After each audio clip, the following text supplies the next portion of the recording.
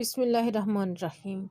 آج کا عنوان حلیمہ خاتون ایک عظیم کائی خاتون، ایمان کی روشنی اور عثمانی سلطنت کی بنیاد رکھنے والے عثمان غازی کی عظیم ماں۔ تاریخ کے پرانی صفحات پر ایک قبیلے کا ذکر بار بار آتا ہے، کائی قبیلہ۔ یہ وہ قبیلہ تھا جو اوغوز ترکوں کی ایک شاخ تھا۔ ان کی پہچان یہ تھی: ہم وہ ہیں جو حق کے لیے جیتے ہیں اور باطل کے آگے کبھی نہیں جھکتے۔ یہ قبیلہ وسطی ایشیا کے سرد علاقوں سے نکل کر اناطول ترکی کی سرزمین پر آ بسا۔ ان کے سردار تھے ارطغرل سلیمان شاہ، ایک بہادر، نڈر اور ایمان سے بھرپور مرد مجاہد۔ لیکن اس بہادری کے پیچھے ایک خاموش طاقت تھی، ایک عورت جس کا نام تاریخ نے سنہری حروف سے لکھا: حلیمہ خاتون۔ حلیمہ خاتون کی ابتدائی زندگی۔ حلیمہ خاتون ایک شریف، نیک اور علم دوست خاندان میں پیدا ہوئیں۔ وہ کائی قبیلے کے دوست ترک قبیلے سے تعلق رکھتی تھی۔ ان کے والد بھی ایک باعزت خاندان سے تعلق رکھتے تھے جو عدل، دیانت اور اللہ کے حکم پر چلنے والے انسان تھے۔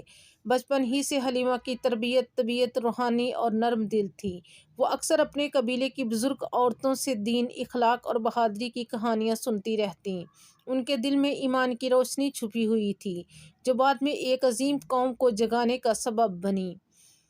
ارطغرل غازی سے ملاقات۔ تاریخ کہتی ہے کہ ایک دن کائی قبیلہ دشمنوں کے نرغے میں آیا۔ ایک لڑائی کے دوران ارطغرل غازی نے ایک قافلہ کو بچایا جس میں چند عورتیں اور بچے قید تھے۔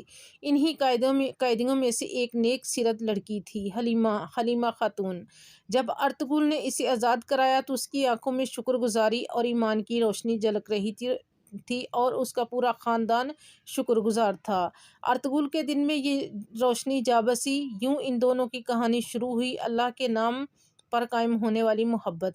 ارطغرل اور حلیمہ کی شادی ایک ایمان، حیا اور وفاداری پر مبنی تعلق تھی۔ یہ شادی دو دلوں کی نہیں بلکہ دو قبیلوں کی روحانی وحدت تھی۔ شادی کے کچھ ہی عرصے بعد کائی قبیلہ یونانیوں، مغولوں اور صلیبیوں کے درمیان گھر گیا۔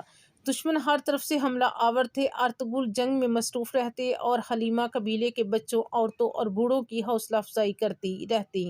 راتوں کو وہ اللہ سے دعا کرتی اور تمام خواتین سے کہتی کہ آپ بھی اللہ سے دعا کریں: اے رب، ہمیں حق پر قائم رکھ، ہمارے مردوں کے دلوں کو مضبوط بنا اور ہمارے بچوں کو ایمان کی روشنی دے اور انہیں زندگی دے۔ ان دعاؤں کی طاقت تھی کہ کائی قبیلہ کبھی مایوس نہیں ہوا۔ یہی حلیمہ خاتون کی روحانی قیادت تھی۔ ایک بیٹے کی پیدائش۔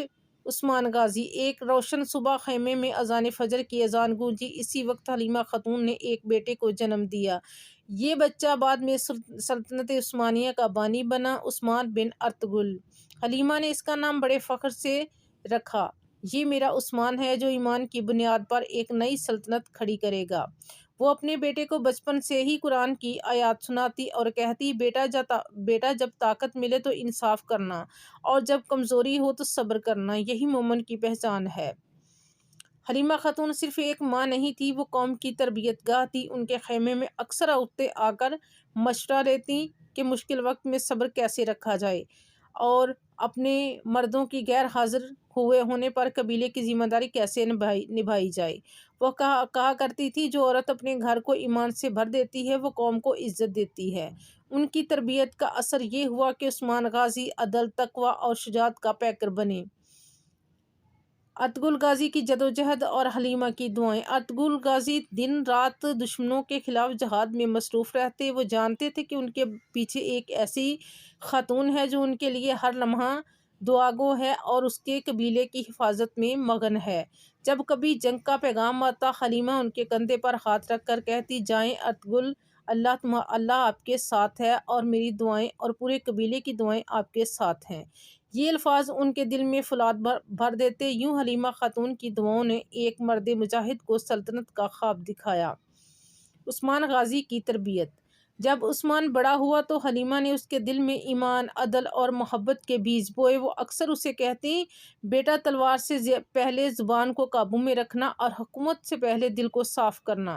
عثمان غازی اپنی ماں کی نصیحتوں کو دل میں نقش کر چکے تھے اور انہوں نے اپنے قبیلے کو متحد کیا اور بعد میں وہی قبیلہ سلطنت عثمانیہ کہلایا۔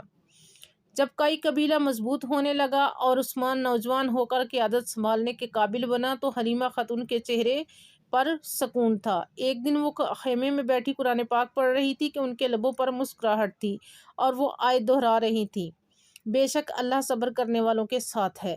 اسی حالت میں ان کی روح پرواز کر گئی۔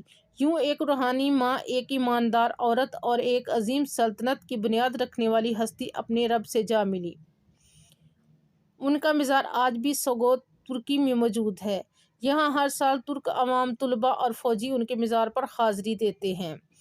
وہاں ایک کتبہ لکھا ہے، یہ وہ ماں ہے جس نے ایمان کی گود میں سلطنت کو جنم دیا۔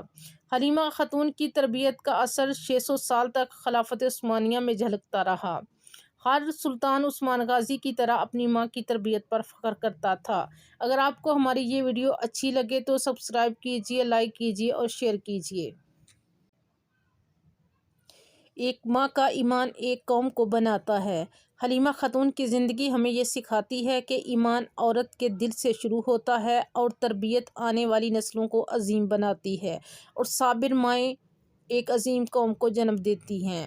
اگر حلیمہ خاتون نہ ہوتی تو عثمان غازی کا ایمان اتنا روشن نہ ہوتا۔ یہ تھی کہانی ایک ماں کی، حلیمہ خاتون کی، جس نے اپنی دعاؤں سے اور بہادری سے اسلام کی عظیم سلطنت کی بنیاد رکھنے والے عثمان غازی کی تربیت کی۔